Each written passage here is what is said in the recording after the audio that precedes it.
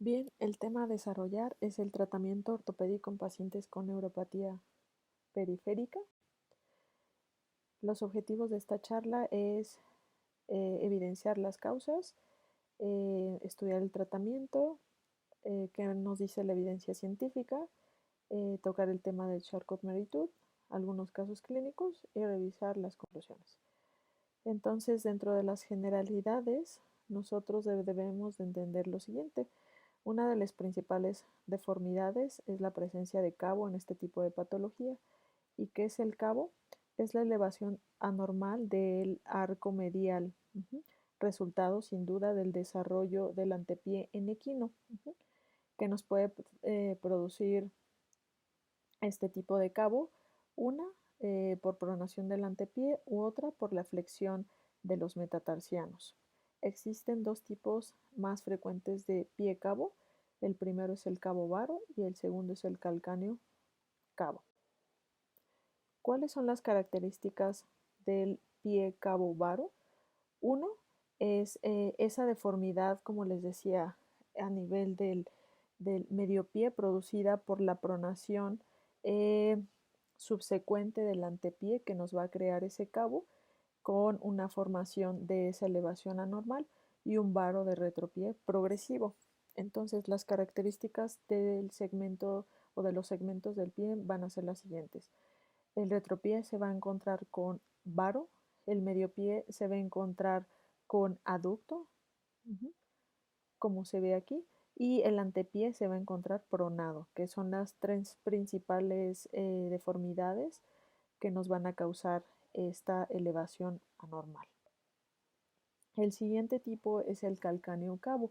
Aquí en comparación del previo, aquí la culpa lo tienen dos componentes. Una, la alteración o la inclinación del calcáneo y segunda, la hiperflexión de todos los metatarsianos, conduciendo a esta una debilidad del tríceps y este tipo de pie se muestra más en pacientes con secuelas de mielodisplasia o con secuelas de poliomielitis.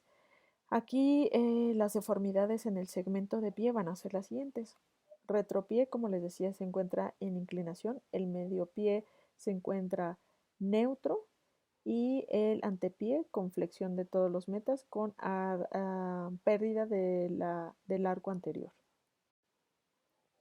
Dentro de estas generalidades, nosotros debemos de entender que hacer una patología periférica no solo va a abarcar la función motora, sin duda nosotros tenemos que evaluar la función muscular, pero también debe de ser incluida una evaluación neurológica, desde dermatomas, desde presión, desde temperatura y todo lo que lleva una evaluación neurológica, incluido los reflejos, sabiendo nosotros que este tipo de patología causa un desequilibrio muscular entre los músculos extrínsecos e intrínsecos de las extremidades pélvicas.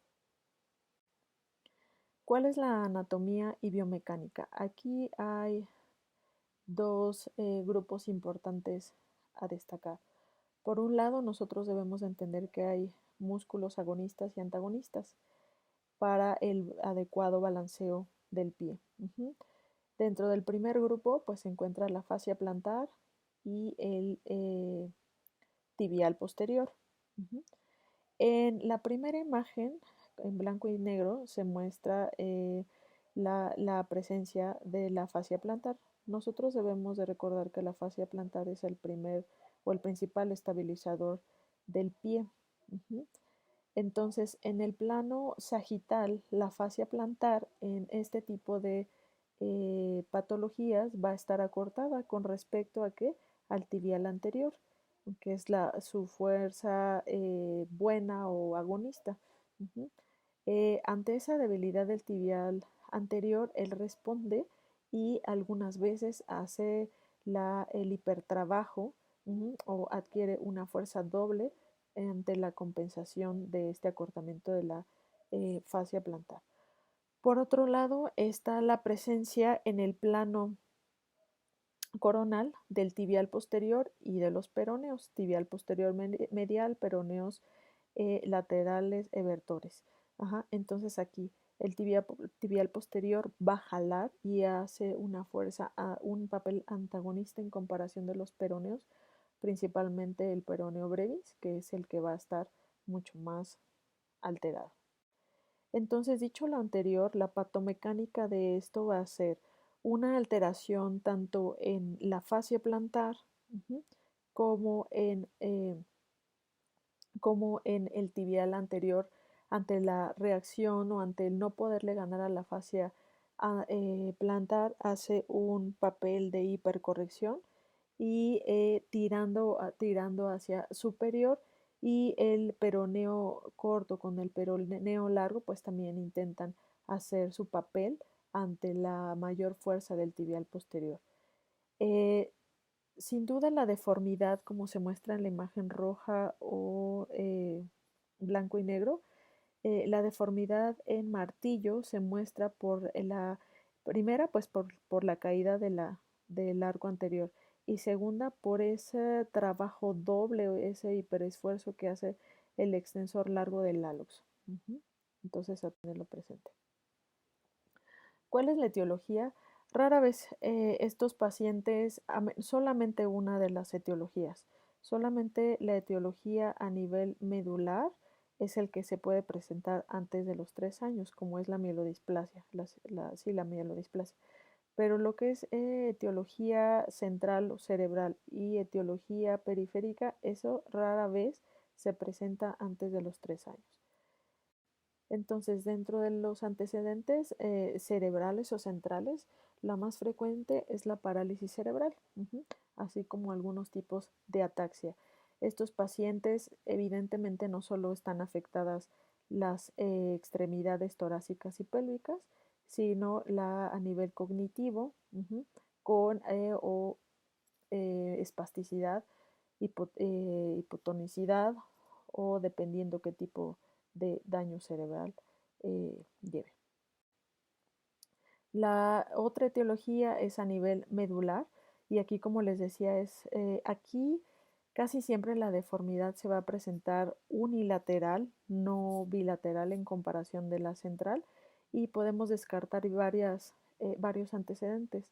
Pueden ser secuelas de Guillain-Barré, pueden ser secuelas de poliomielitis, alguna médula o cordón anclado, las siringomelias, entonces siempre hay que tenerlo presente. Y la tercera etiología es alteración o daño a nervios periféricos. Dentro de los más frecuentes existe la neuropatía sensorio-motora hereditaria llamada Charcot-Marie-Tooth, y esta se presenta entre los 6 y los 10 años de edad. Otra puede ser la polineuritis atípica por algún tipo de virus, las lesiones a nervio periférico. Como bien sabemos, algunas postraumáticas, u en su defecto en pacientes pequeños, algunas veces llegan al hospital con el antecedente que los inyectaron, tuvieron alguna infección respiratoria, digestiva, urinaria, tuvieron una inyección a nivel glútea y con lesión del nervio ciático, o en su defecto niños jugando fútbol, niños en alguna actividad de gran impacto, hubo un golpe a nivel de la cabeza del peroné y tuvieron su lesión a nivel de ciático poplito externo, entonces siempre a descartar y preguntar esto. Y posterior a síndrome compartimental. Entonces, con todo esto, nosotros tenemos que hacernos a la idea y nosotros nos tenemos que hacer preguntas con respecto a hacer una evaluación clínica completa y llegar a un adecuado diagnóstico, como lo muestro en esta tabla. El otro papel importante y de suma importancia es la evaluación clínica. Aquí en la evaluación clínica, nosotros, como ya lo mencioné, debemos hacer una adecuada exploración de la columna. Puede ser que encontremos alguna curva, alguna desviación, puede ser que encontremos algún estigma, puede ser que simplemente no encontremos nada, pero es menester nosotros hacer nuestra evaluación clínica. La otra, sin duda, hacer nuestra evaluación a los miembros torácicos. Algunas de las patologías hereditario familiares se asocian no solamente con daño a pie o a extremidades pélvicas, sino también a extremidades torácicas. y sin duda nuestra exploración a nuestro pie. Entonces, ¿qué vamos a encontrar? Pues como se ve en la primera imagen, toda esa atrofia, toda esa debilidad muscular, toda esa atrofia de esos músculos, de todos los compartimentos de la pierna, principalmente, alteraciones en la marcha y sin duda las características que les he mencionado previamente del pie cabo, varo y aducto.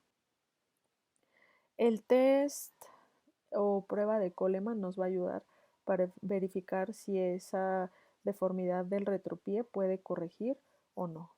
Por ejemplo, en la primera imagen, pues corrige perfectamente y en la segunda imagen, aunque se haga el esfuerzo, no hay ni cómo corregir.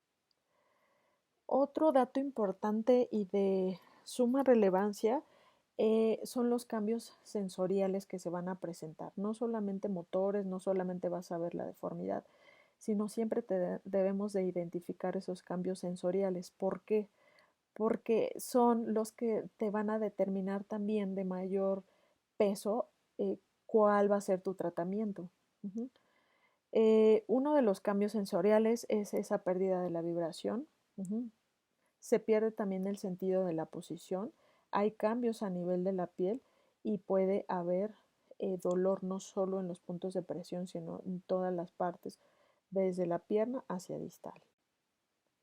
Las radiografías nos van a ayudar, sin duda son herramienta esencial para este tipo de patología. Las de columna hay que buscar siempre algún tipo de espina bífida oculta. Ajá. Las de pie, que son de entrada las que requerimos, y las de pelvis, algunas veces en los antecedentes o los antecedentes no son claros por parte de los padres y a través de una radiografía de pelvis podemos ver más allá de los 4 o 5 años si los pacientes pudieran tener algún tipo de parálisis cerebral. Entonces, dentro de las proyecciones para el pie, nosotros debemos de pedir nuestras proyecciones anteroposteriores, laterales, oblicuas, axiales, con y sin apoyo. Dentro de los ángulos de importancia a medir, pues son todos estos ángulos, los más importantes, pues el eje de la tibia con respecto a una paralela al piso para ver qué tanto está inclinado. En este ejemplo no está en equino, pero la mayoría suelen estar en equino. El otro es la inclinación del calcáneo, para ver qué tanto está con respecto al resto del cuerpo del pie. El siguiente, el ángulo de Mary, que es el eje del axis del astrágalo con respecto al eje del axis del primer metatarsiano, pues para ver qué tanta carga está haciendo la cabeza del primero y en general el resto. Son dentro de los más importantes. Teniendo esto en cuenta, entonces nosotros podemos ir verificando cuáles son los posibles tratamientos que podemos hacer. El tratamiento se puede hacer a través de una corrección dinámica y estática.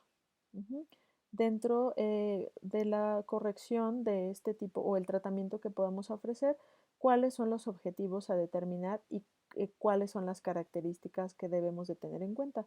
El primero de los objetivos es que nosotros queremos tener un pie plantígrado y móvil. Sin duda, pues queremos lograr una corrección lo más pegado a la normalidad de las deformidades. Si hay dolor, limitarlo, disminuirlo, y si hay puntos de presión, pues evitarlos. Nosotros debemos de tomar en cuenta la edad del paciente, es de suma importancia si es un paciente con fisis cerradas, si es un paciente con fisis abiertas, si es un paciente con recurrencia, si es un paciente adolescente y demás. El nivel de actividad física, si es un paciente deportista, si es un paciente que no tiene mucha actividad, dependiendo, ¿no? La naturaleza de la enfermedad, qué tan deforme, qué tanta deformidad nosotros encontramos y la etiología. Esta tabla es de suma importancia. Disculpen si la ven muy cargada, pero vale la pena que le den una checadita general. ¿Por qué? Primero es un resumen de lo que se puede hacer como tratamiento. Esto no es una receta de cocina. Ajá. Las deformidades o el tratamiento para las neuropatías periféricas, en este caso hablando, deben de ser totalmente individualizadas. No pueden ser una receta de cocina en la que digas, bueno, tiene deformidad en pie equinovaro idiopático, método Ponseti o liberaciones o astragalectomía o dependiendo. Aquí todo tiene que ser individualizado por ese lado. Por el otro lado, el doctor Mosca, quien es el autor de esta tabla, es uno de los principales expertos en Norteamérica junto con el doctor Mubarak para tratar este tipo de patologías. Entonces, quiero explicárselas para que comprendamos un poquito más y nos quede claro esto. En la primera columna se muestra la clasificación con diferentes rubros, ajá, con 6 rubros. En este caso, por ejemplo, nombre y apellido, flexible, flexible, rígido, flexible, nombres, por ejemplo, flexible y apellido flexible. Ajá. La primera, en cuanto a, pongamos el ejemplo de que dice flexible, flexible. El nombre de flexible quiere decir la deformidad del pie. Cuando es flexible, nosotros debemos entender que la mayor deformidad está sobre el retropié. Cuando es rígido, como nombre, quiere decir que hay deformidad de retropié y medio pie principalmente. Y cuando es estructurado como nombre es que hay deformidad en retro, medio y ante. Recuerden que esto es un bloque, es un complejo, no es que estén aislados, pero cuando hay predominancia de estos segmentos del pie. En el segundo rubro, en el apellido, por ejemplo, donde igual en el caso, en el tipo 1 que dice flexible, flexible, el apellido que también es flexible, aquí quiere decir que es la posibilidad de reducción. Si es flexible, quiere decir que puede reducir del 75 al 100% esa deformidad. Si es rígido, quiere decir que puede corregir del 30 al 50% de la deformidad. Y si es estructurado, quiere decir que puede corregir solo el 25%. Entonces, teniendo estos conceptos en cuenta, nosotros podemos hacer una clase, poner un grado o poner un tipo o una letra en la cual el autor no la pone, pues para ver qué tipo de opciones quirúrgicas nosotros podemos hacer.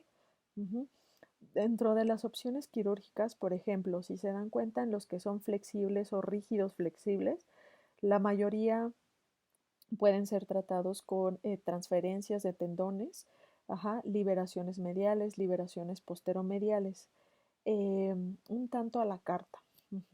Sin embargo, cuando el pie ya está estructurado, aún así, o aunque sea flexible, ya se tienen que hacer tratamientos y son de cajón que empezamos retropié, medio pie y antepié. No podemos empezar primero antepié, dejarlo a ver cómo evoluciona y dejar el medio pie, no, o el retropié. Recuerden que si nosotros no corregimos toda la etiología o el origen de las deformidades va a volver a regresar. Si así hay una probabilidad alta, va a volver a regresar.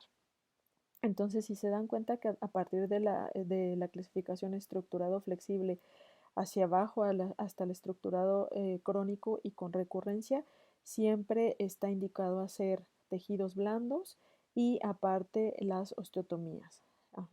Entonces pueden ser desde el hecho en el rubro de estructurado rígido, donde te describe el doctor que puedes hacer liberaciones, osteotomía de calcáneo, hemitransferencia de tibial anterior y la tenosuspensión de Jones, que son de cajón a partir de este rubro.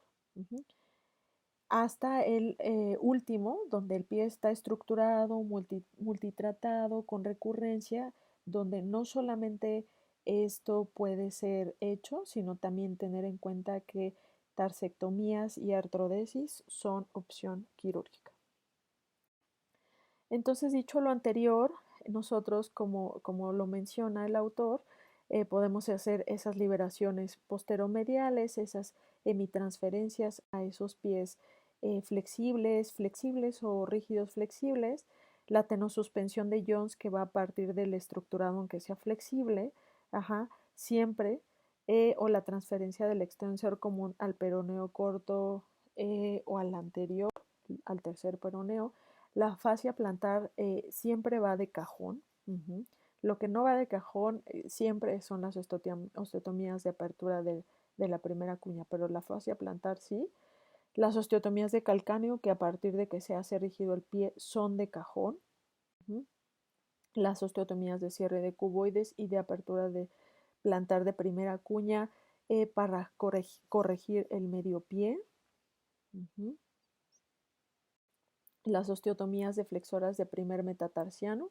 Acuérdense que los dedos están en hiperflexión o en flexión excesiva plantar, entonces hay que hacer una osteotomía de cierre del primer metatarsiano y la transferencia del peroneo largo al corto para invertir esa eversión a flexión plantar.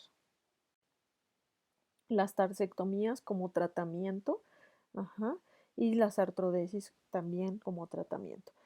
Entonces nuestra corrección cuando tenemos un pie flexible o rígido puede ser dinámica y cuando tenemos un pie estructurado es totalmente estática.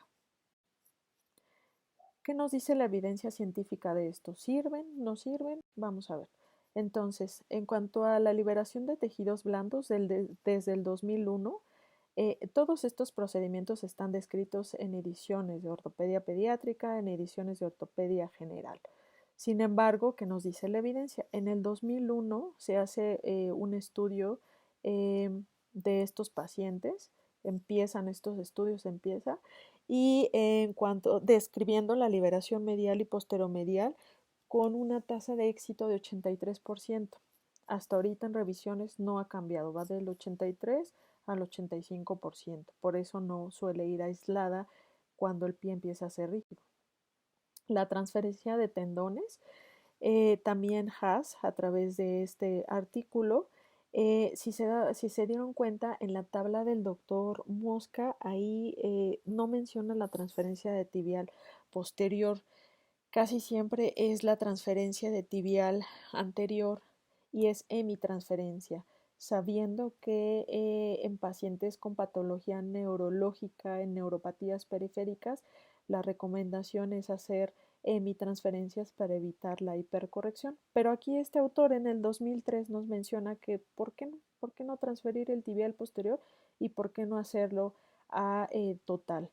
Aquí a subrayar es que lo hace a la tercera cuña, no lo hace como ahora se muestran muchas de las técnicas, por ejemplo el spot, hacerlo al peroneo corto o el tibial anterior al tercer peroneo. Aquí él pone que es tibial posterior. Y nos dice que esta técnica da buenos resultados. Sin embargo, pues sí puede haber recurrencia del varo. En cuanto a la deformidad de los dedos, desde el 2014 que no se había presentado un artículo referente a que se sabía la técnica, pero aquí te dice que cuando los dedos con deformidad en garra son flexibles, puedes hacer la transferencia del músculo flexor largo de los dedos al extensor largo. Cuando ya está estructurada, pues sí tienes que hacer la técnica de Robert Jones como está descrita ya de años. Y la mejoría al 90%.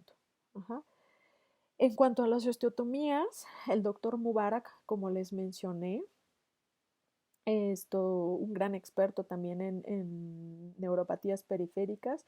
Él se basa más sus tratamientos al realizar osteotomías y con la corrección progresiva con Ilizarov. Sin embargo, en este artículo me lo expongo porque he tenido un tanto de experiencia con esto en pies rígidos y rígidos específicamente. Al haciendo estos 4 procedimientos, los resultados han sido buenos. ¿Cuáles son los tratamientos que hace? Uno es la osteotomía de cierre o de flexora del primer metatarsiano.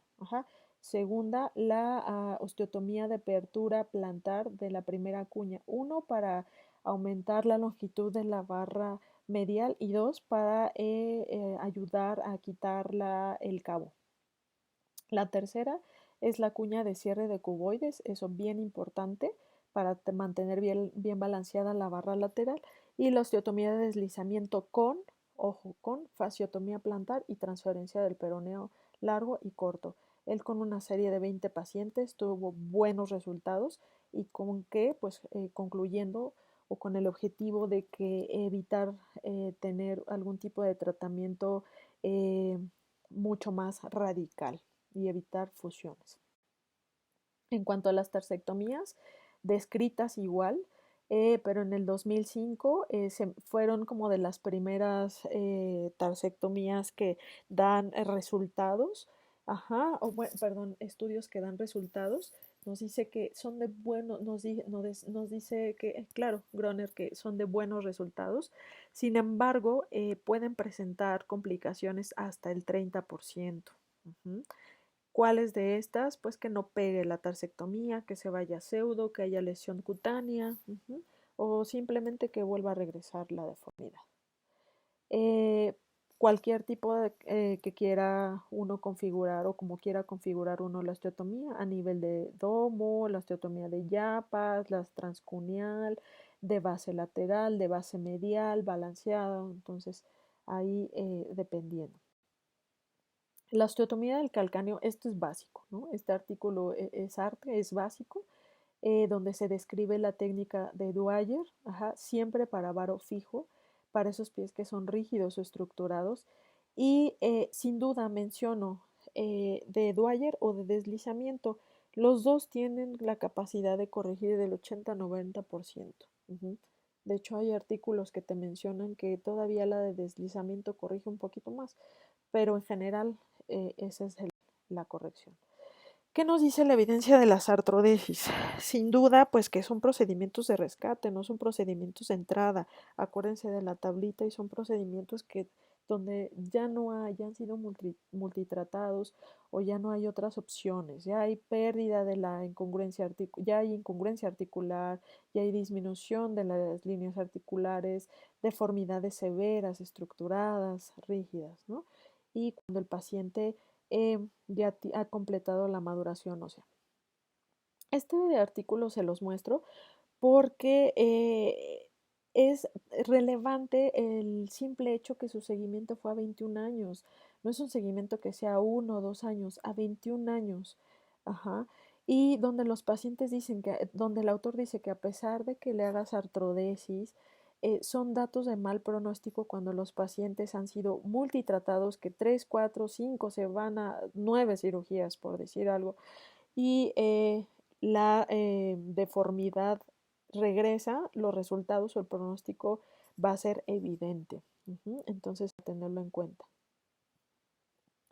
Otra cosa, y de lo cual la presidenta de la sociedad es experta, es el tema o la corrección con Ilizarov. La corrección progresiva con Ilizarov en estos pies, en pie cabo, olviden que fuera de esta etiología está totalmente descrito. Hay ediciones de esto, hay artículos de esto y te dicen que les va buenos, excelentes. Sin embargo, a nivel de pie, de neuropatía periférica, no hay mucha evidencia científica.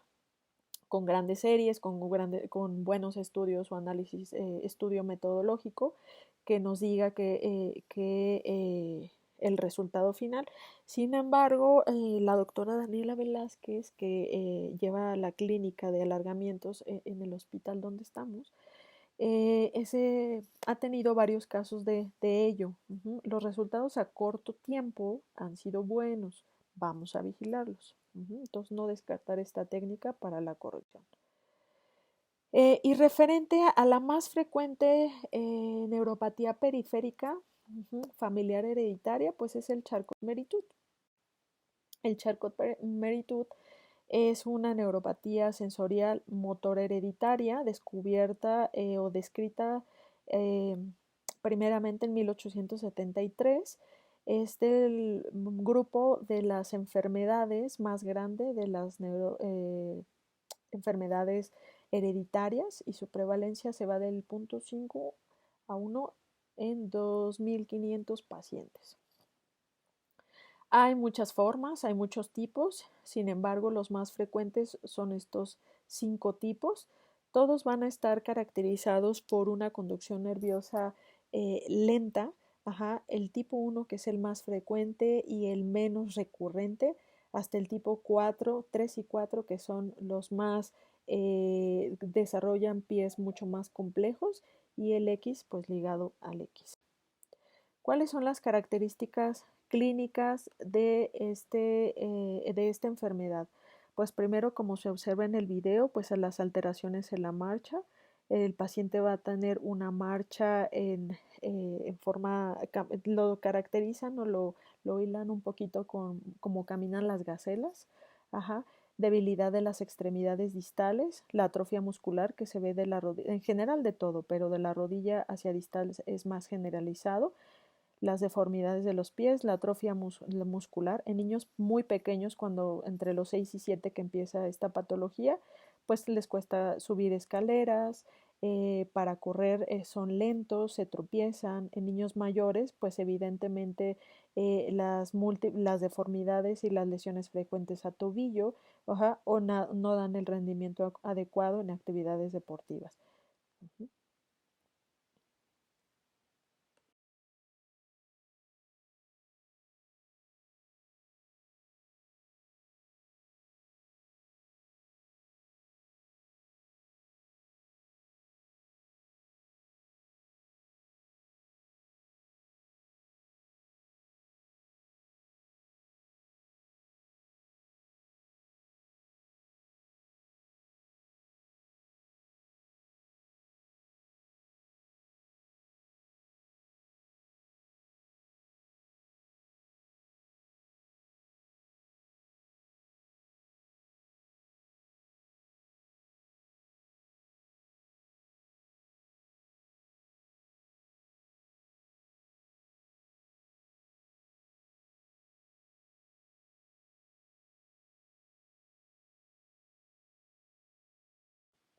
Dentro de la exploración física, nosotros debemos vigilar lo siguiente. Identificar.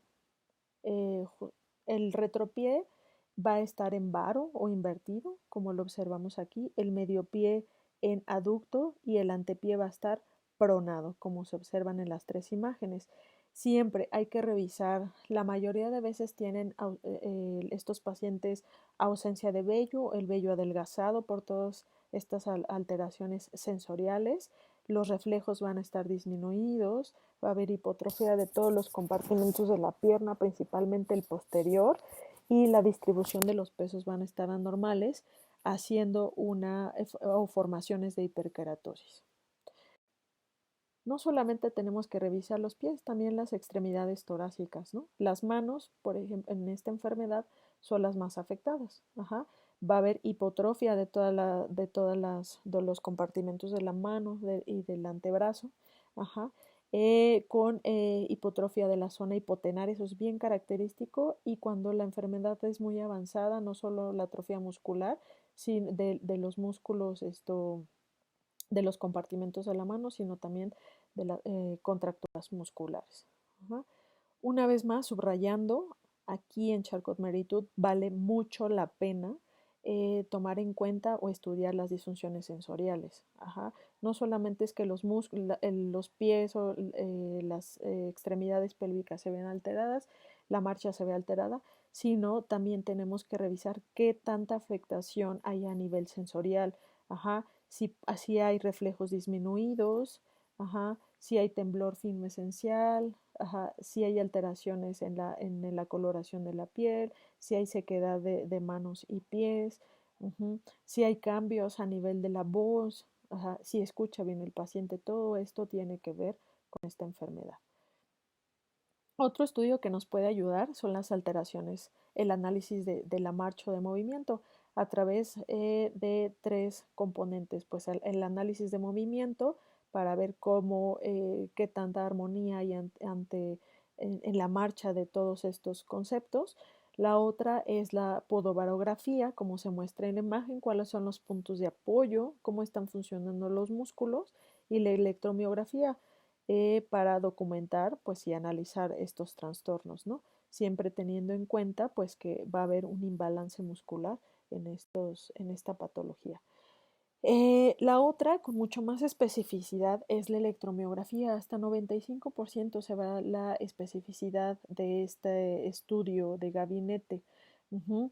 Aquí, pues, como les decía anteriormente, esta patología se caracteriza por un retraso en la conducción nerviosa y donde se van a evidenciar esos patrones agudos de denervación y remielinización. Entonces también nos va a ayudar. Hay que tener en cuenta que si ya tenemos todo este paso, ¿no? Exploración física, exploración músculo-sensorial, radiografías y electromiografía. Si la electromiografía saliera ya con las alteraciones en los patrones de conducción, hay estudios que nos dicen que no es necesario hacer la biopsia. Sin embargo, debemos de tener en cuenta que la biopsia es el gol estándar y más aún actualmente la genética. Ajá. En la biopsia, al tomar la biopsia de nervio sural, que es la más frecuente, el patólogo lo que reporta son esos procesos de desmielinización activa con regeneración y remielinización, ¿no? En forma de bulbos de cebolla, característicamente histológicos como se muestran en la imagen superior. Y pues las secuencias de genes de conexina actualmente, que es lo más reciente.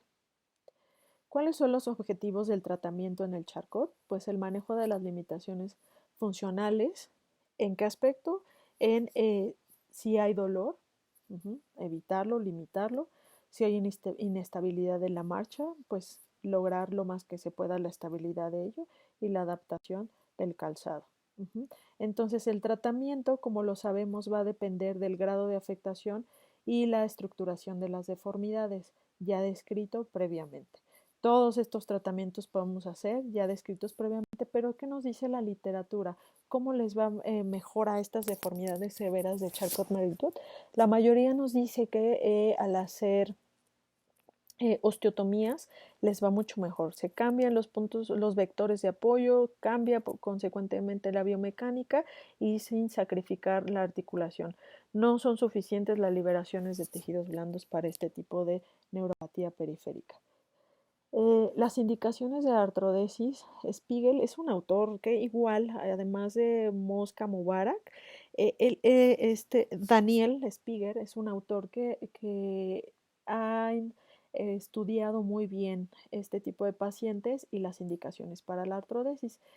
Él nos dice que cuando la deformidad es severa, ya hay dolor de largo tiempo de evolución, cambios radiográficos en todos los segmentos del pie, alteraciones en la marcha y el paciente pasó ya la madurez esquelética, la mejor opción es hacer la artrodesis. El abordaje que nosotros podemos tomar es ya sea anterior, descritos en libros de ortopedia general, doble abordaje o el Ollier ya descrito, Ollier u Ollier modificado, el que mejor manejes. La técnica, pues basado en principios básicos de ortopedia, nosotros debemos de hacer la resección total de las carillas articulares hasta llegar al hueso subcondral, utilizando o ayudándonos de sierras o en su defecto de osteotomos, y en aquellos espacios con mayores de 2 milímetros, de 3 milímetros, utilizar injerto. El objetivo de ello es pues mantener una estabilidad y que pegue ello. Aquí es una imagen donde se está haciendo una artrodesis doble, tanto calcáneo cuboidea como astrágalo escafoidea. Y mismo paciente que fue fijada con clavillos. Aquí vale referir que hay que cuidar siempre bien las rotaciones en el plano sagital. No puede quedar el pie con hipercorrección en valgo o no poder corregir el varo. Como les decía, vale la pena que se puede fijar con el material que ustedes quieran. Sin embargo, al ser un tratamiento último de rescate mayor, Se requiere una estabilidad absoluta, ¿no? Estática. Entonces, aquí la sugerencia es el uso de tornillos y placas, como quieras, uno o dos, no hay, mientras te quede estable, no hay ningún problema si quieres utilizar eh, placas o tornillos, pero los principios a seguir es que la fijación de la articulación subastragalina tiene que quedar con 3 a 5 grados de valgo, no mayor, y lo puedes hacer con uno o dos tornillos. Y la fijación de la articulación astrágalo-escafoidea y calcáneo-cuboidea, esa sí puede quedar en neutro. Ajá, pero es importante que se mantenga con esos principios. Este tipo de tratamientos también tiene dificultades. Ajá. No, no todo es miel sobre hojuelas.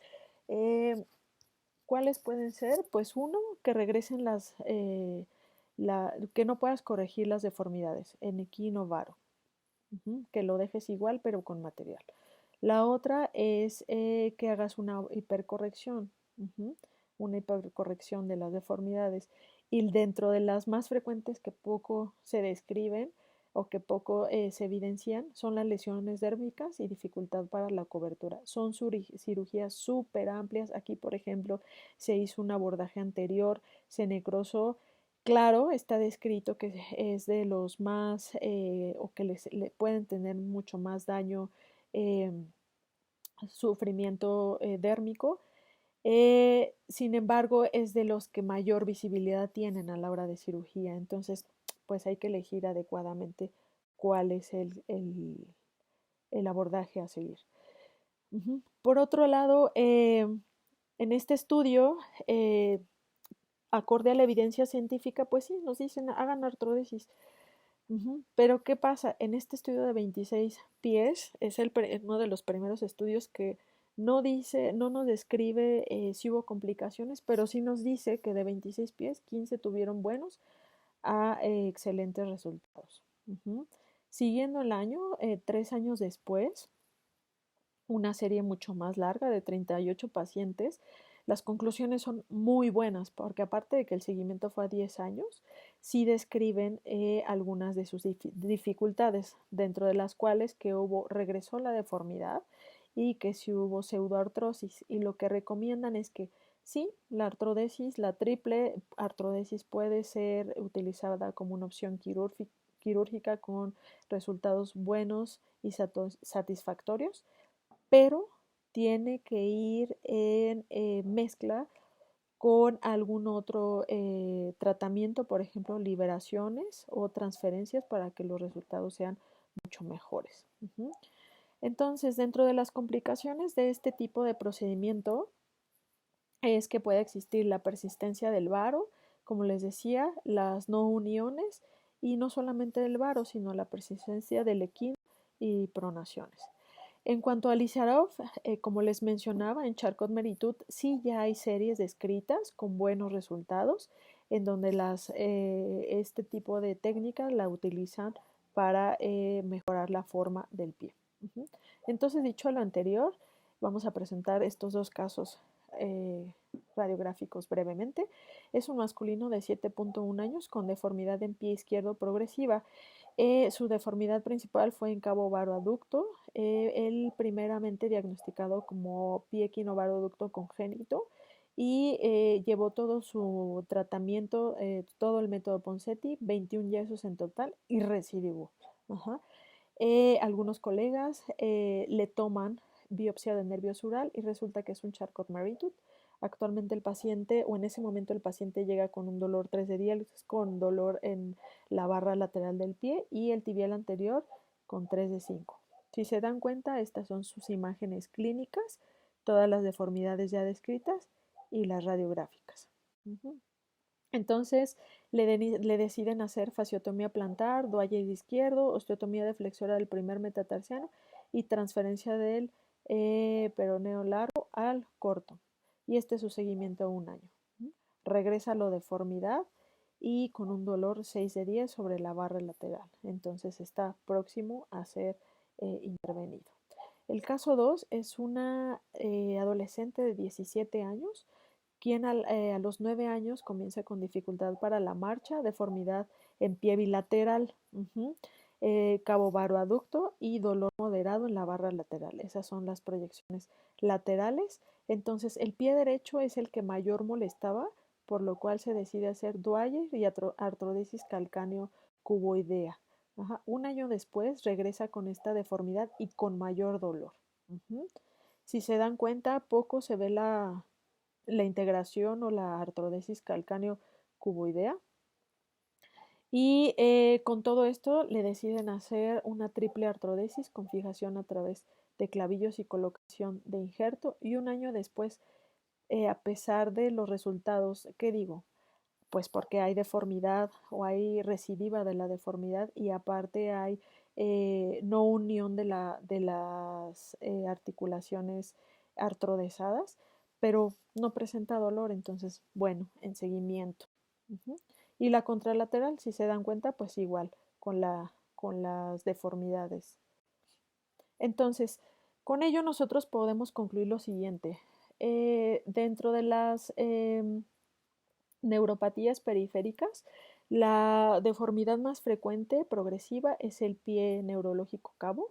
Ajá. Siempre debemos de establecer la causa, ajá, cumplir con los propósitos del tratamiento, los objetivos del tratamiento, verificar qué tipo de pie es para pues otorgar un adecuado tratamiento e individualizar a cada paciente. Y con respecto al Charcot-Marie-Tooth, saber que es la neuropatía periférica más frecuente, ajá, siempre va a tener su asociación de la deformidad junto con las alteraciones sensoriales, siempre. La artrodesis no es un tratamiento de primera instancia, es un tratamiento ya de rescate. Y esta sí puede ser la artrodesis una opción quirúrgica, pero cuando el pie tiene una deformidad estructurada. Muchas gracias.